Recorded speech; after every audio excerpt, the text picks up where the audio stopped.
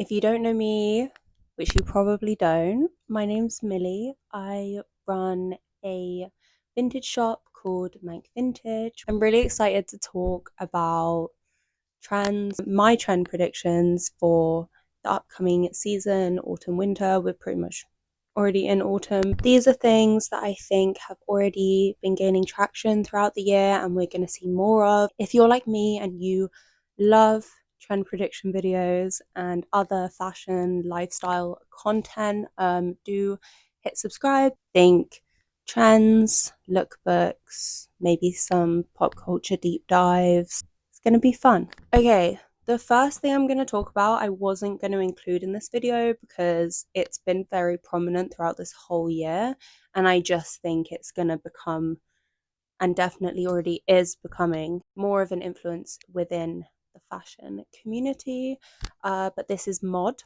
We've seen mod growing in influence throughout the whole year. It was part of my beginning of the year trend predictions, I do say so myself. But I feel like it's gaining more traction now, and a lot more people are hopping on to the silhouettes and the styles that are very mod-esque and very of the 60s era.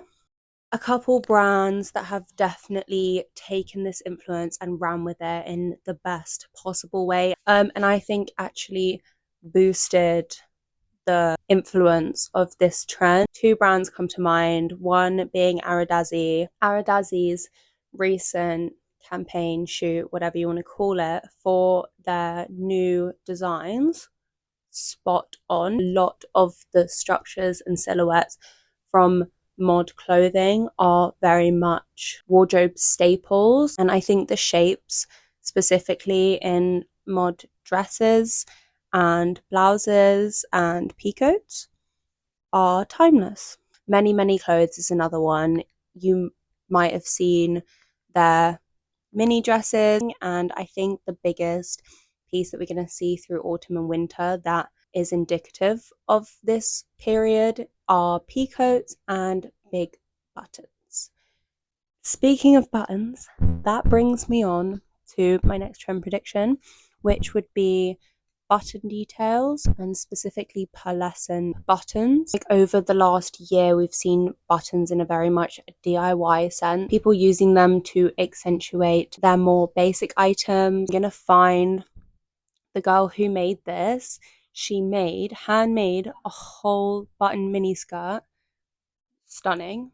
I feel like buttons are being used in the same way that like badges have been used and eyelets have been used, especially where we are economically, which is a whole different video that I would love to get into. With fashion trends, people are looking at items that will last a long time, elevated basics and more timeless shapes, but also things that they can easily do themselves at home to make it feel like they have a new piece, or to create an exciting element in their wardrobe that doesn't cost much money. So there's definitely that like DIY element to buttons, but also over the past year seen a lot of brands making the buttons a focal point of a garment, and the way that they're used in closures also ties in with modular fashion or like multi-way fashion. I feel like buttons are a good way to create those pieces, which I'm going to go into later in the video. One brand that comes to mind is McKee London. I don't know if I'm saying that right, but their frill fencing set is pretty simple and structured, but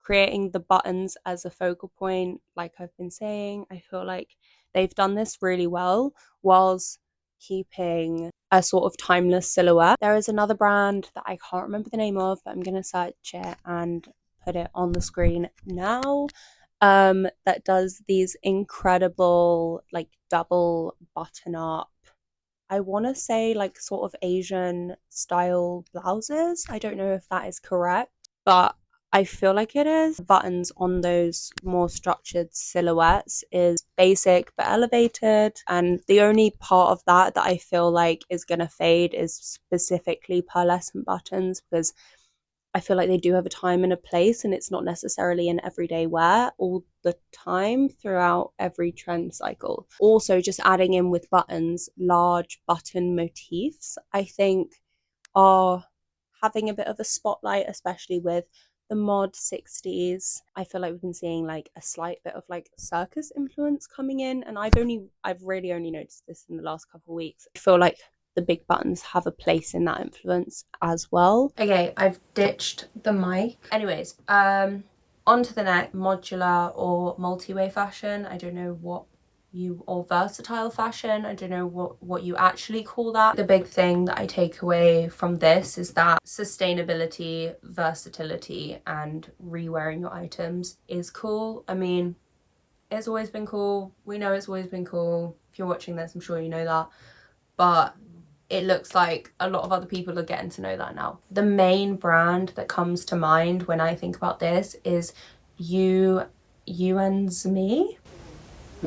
I don't know if that's how you pronounce that. These draped tops are incredible. They can be worn so many different ways. I think that idea of like draping fabric is also something that is like very much in boudoir, and like sheer and lace draping fabrics is very sensual in a similar sense. Isabella Verana's hooked top, which has been massive over summer, comes to mind. I think we'll be taking that into autumn and winter and sort of building on that. There's also another piece that I've seen, and I can't remember the brand, but I'm going to put it in here, and it like, you can wear it as a top, as a dress, as a jumper, as a this, as a that, as that. And I think, again, that's really great. Like, if you can spend the same amount of money on one piece that can be 5 different pieces as you would on a piece that is just a top or just a skirt, then it's a win-win. The only thing I think with this is like some of the pieces, like I feel like they should come with a manual. I touched on structured silhouettes ever so slightly. I'm not going to go too much further into that, but just to say, I think especially like last year, there was I saw a lot of like military jackets coming back in, and the double button up, and the epaulets, and I feel like this is very All Saints, very 2010s, and we know the 2010s are in full swing now. Structured silhouettes, they're back in. The next thing I wanted to talk about was lace. I think lace is always in some way or another, especially with boudoir, lacy, sheer coming back in over the last, I feel like 2 years, and a great layering piece for autumn. Especially, I spoke about like draped fabrics earlier. I've been seeing a lot of like draped lace, or sort of like bunching up lace with safety pins. I do this a lot over jeans. I think it's a really interesting way to sort of jazz up an item, but you don't have to commit to like getting that tailored. I think sheer as well is coming in a sort of like 90s minimalist way. I think, again, that's timeless, but I think a lot of people are leaning into the less is more, and a great way to do that is with a very bare face, minimal jewelry, but a sheer dress, like a sheer slip dress. I think that's so chic and so cool, and that will never be out. I've also personally been loving the type of lace that, like, I kind of think of like grandma's doilies or tablecloths or like haberdashery type fabrics. I feel like those are really interesting layering pieces. You can wear like a basic like top and jeans and then work a bit of like lace fabric over it, and it automatically just looks a bit more interesting and a bit like, I don't know, creative. Like, I feel like when you DIY your outfits, you're definitely putting like a little bit of you in there, and that level of like authenticity is very much what people are looking for nowadays. So yeah, love lace for layering in autumn. Lace has been a key styling ingredient for centuries, and it's never going to go away. I just enjoy seeing how it's used differently each year. With that, I would love to see more crochet accessories over winter, like little crochet hats or crochet gloves, but like loose crochet. That's what I'm talking about. That's just something that I would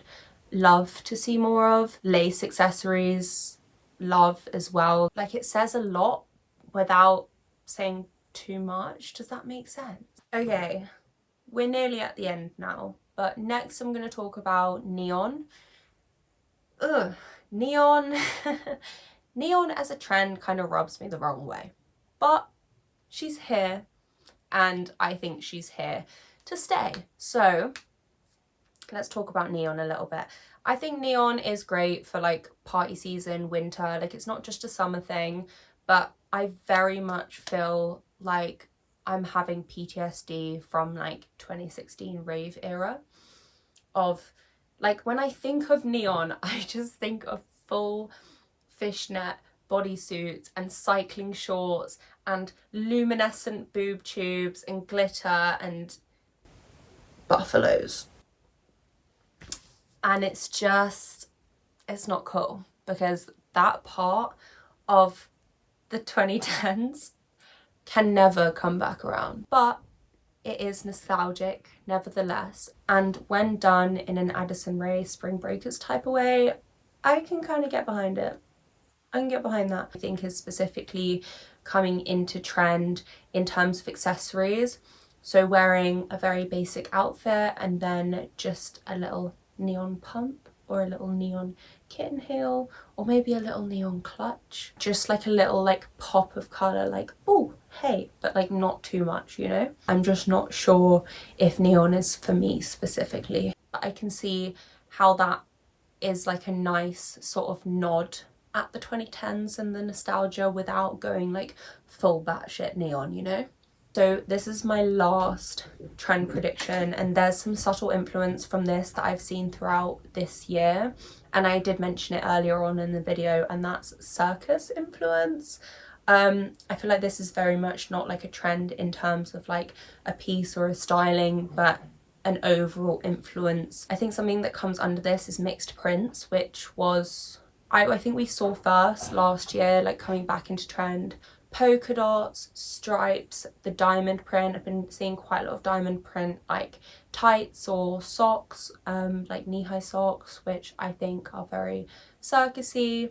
The structured silhouettes and voluminous silhouettes that have been seen on runway are very indicative of circus style and circus themes. Also bloomer shorts and white tights. That's a little outfit that I wore with my Aradazzi shorts this time last year, but I think that, you know, and I said at the time, like, it's giving kind of like cute jester, but we love that. We love that. It's very fun, it's very kooky, you know, and I love that. And I think that's also like just a societal trend of like to stop taking fashion so seriously. Like, fashion is supposed to be fun and expressive and it's not so serious. I also just want to say that I think circus style and circus influence also ties in with this sort of like Victorian Renaissance influence of like lace and silk and everything. So I feel like there's definitely a connection to be made there. But I'm very aware that my iPhone storage is completely full, so I'm going to end this video here. If you've made it to the end of this video, I hope you've enjoyed watching it and listening to me ramble about different trends. Let me know if you've got any other trends that you really think are coming in or have come in for 2025 autumn winter, and let me know if you disagree with anything I've said. I am very open to hearing other people's opinions. Everyone's sort of trend cycles are different in a sense, and that's the great thing about fashion, and that you don't have to follow trend cycles either. So yeah, that was a bit of a yap, but yeah, if you like this, give it a thumbs up, hit the subscribe button if you want to see more videos like this. I've really enjoyed just sitting here in my room talking to the camera. Very nostalgic, very 2010s, and yeah, thanks for watching.